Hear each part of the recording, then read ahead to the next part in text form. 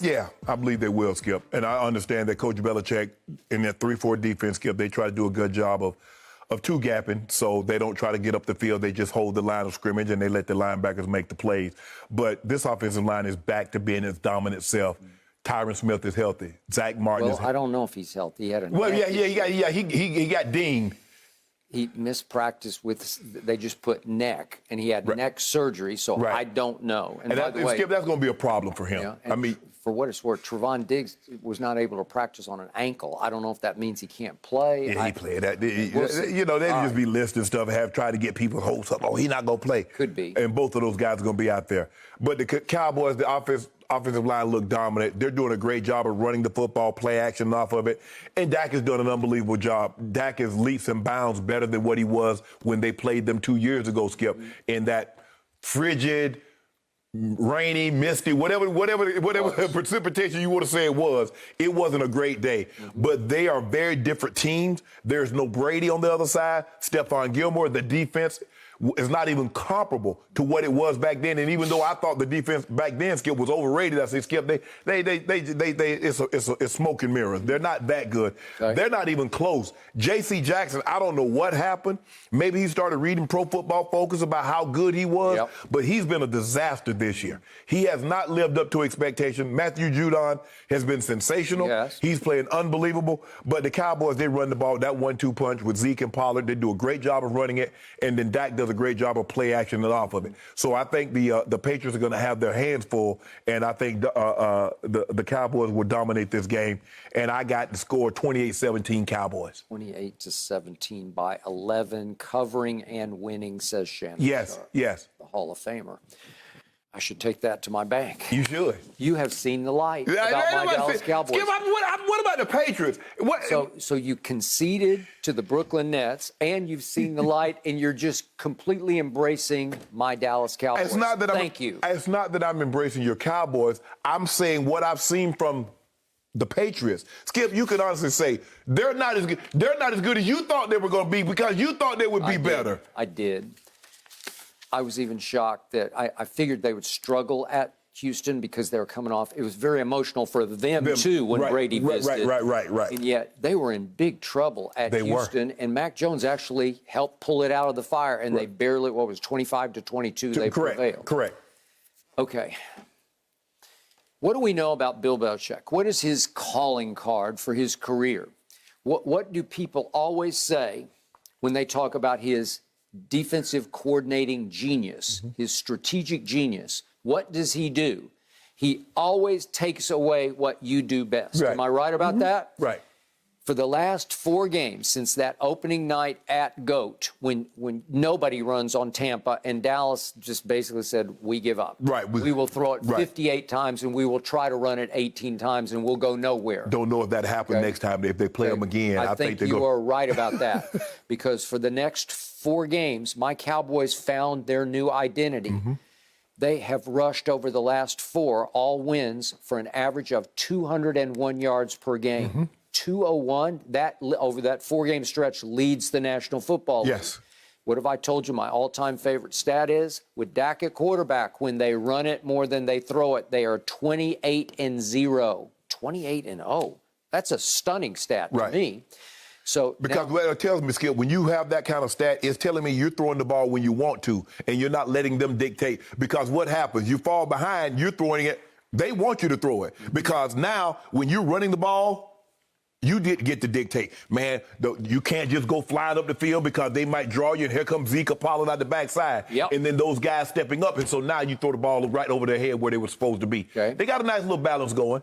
So I'm fascinated by this matchup, as much for Belichick's sake as my team's sake, because he's on a hotter and hotter seat up there because he's getting more and more exposed. They have fallen to 1-3. They won 2 games, right? They beat the Jets. Wait, no, they're 2-3. 2-3. I'm sorry. Right. They beat the Jets and That's right. And they just beat the Texans. 2-3. Right. They were 1-3 going to Houston. 2-3. And here comes America's team on a big national stage on CBS with Jim Nantz and Tony Romo in the house. And you're up against one of the hottest teams, a team that is much better than most people thought it would be. Yes. And you're not as good as a lot of us thought you would be. Correct. And all of a sudden, they are running the ball down people's throats. They are. Can you take that away? Right. I'm going to say no. I'm going to say they can't get to 200, but I think they can get to 150. And if they get to 150, that will work. Right. So now, what happened the last time we saw the Dallas Cowboys at Foxborough? You mentioned it. It was later in the year. It was the 2019 season when Dak was playing for his contract. Right. He was betting on himself. They had reached an impasse in their negotiation, and Dak said, Jerry, watch this. I'm going to prove to you I'm worth whatever I want. Right. And that day at New England, it was November 24th, and it was the same start time. It's that late afternoon, it's sort of going into a night game. The sun is going down. So yeah, you know those games. I do. And to your point, it was 38 degrees at kickoff, plunging because the wind chill was 29, but it was raining. So it was cold rain, and it was miserable conditions, and Dak was pretty miserable. So Dak for the game goes 19 of 33 for 212, no touchdowns, one pick with a QBR of only 28, scale of 0 to 100. That's not good. Brady wasn't much better. He had a QBR of 43, but they pulled it out 13-9. Stephon Gilmore made Amari Cooper quit, flat out quit, and go stand on the sideline and pull his big long jacket on, right? Amari winds up that game getting 2 targets for no catches, for no yards.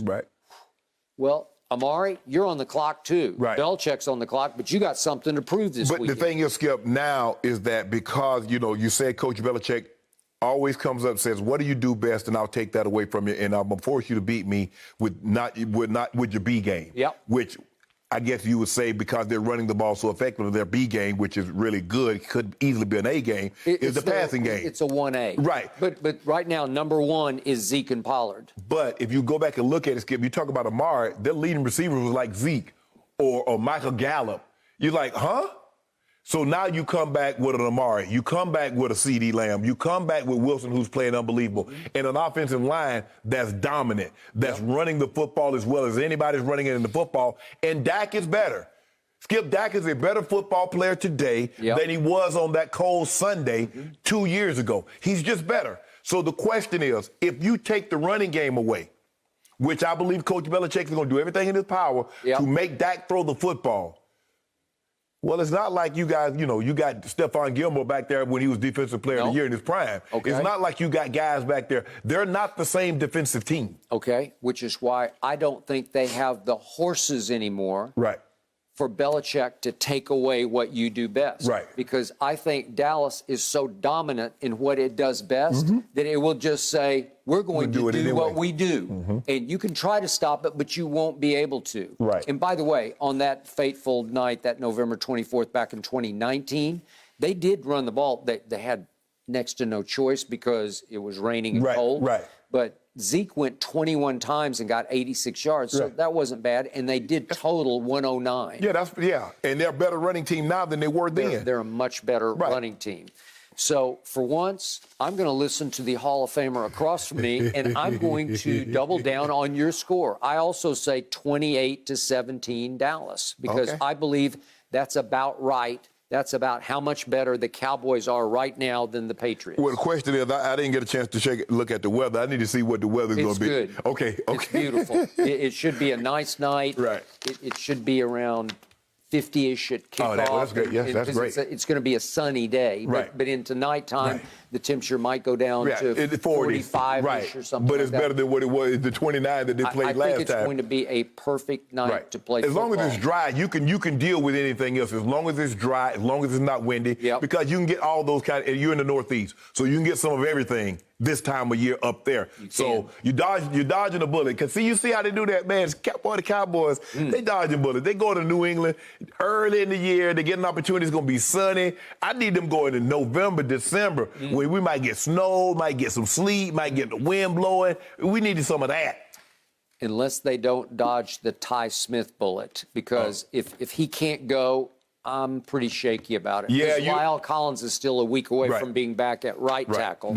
So It's vulnerable. You definitely don't want your backup going against Matthew Judon. You do not. Because he's been unbelievable. He's everything they had hoped for. I'm not so sure all the other free agents have lived up to the expectations of what Coach Belichick and that organization had in mind. But Matthew Judon has been worth the price. So, as we speak, the Patriots against the run are only 15th statistically. They're giving up 111 a game. They're not what they used to be. Right. Bill Belichick is not what he used to be because, as you said, Tom Brady lives in Tampa. Right. So you're going in there without the mystique and the aura and the goatness that you had to deal with before. A lot of times, Skip, what Tom was able to do, Skip, is that Tom was able to get the lead and take the opposing team's running game out of the equation. Because you were behind, Skip, I can't run myself back into the ball game. And so you throw the football. And so now all of a sudden the stats are skewed. They're really good against the run. And it's not that they're good against the run. It's that the other teams are behind by so much, they just stop running it, trying to catch up throwing the football. So we're going to see the 15th, that's not a good stat against a team that's number 2 against the rush. That is correct. So preseason, I predicted 12-5. I knew it. Okay, one of my five. Yeah. The L I put down on my sheet was at New England. But I'm changing it.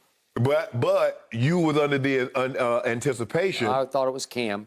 Yeah. I did. This is pre-Mac Jones get the job. Yes. So maybe I'm starting to lean toward 13-4. See, there you go. I knew it was just a matter of time. I knew it. I don't want to jinx him. But I knew you can't help yourself. I do not believe I can jinx this team because I believe in this team and I trust this team. Hold on, so time out. Yep. The Cowboys are jinx-proof now, huh?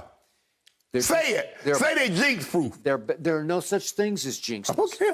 That's what Ernestine always tells me. What do you believe in? Well, I don't know what Ernestine said. What does Skip Bayless believe? You've been believing in jinxes for 60 years. Now all of a sudden there's no jinx. My Cowboys are better than jinx. They're jinx-proof. Oh, you said it. Risen above jinxes. You hear that, jinx? Unless you tell me Ty Smith can't play, then you got me. Maybe the injury gods are going to say, "Oh, watch this." Yeah, now they jinx-proof. Okay, you feeling real good today. Well, let's see if the Cowboys can keep it rolling. Thank you for watching. You can subscribe here to get the latest from the show, and be sure to check out more of the best clips from Undisputed, or go watch a few other segments from our other shows on FS1.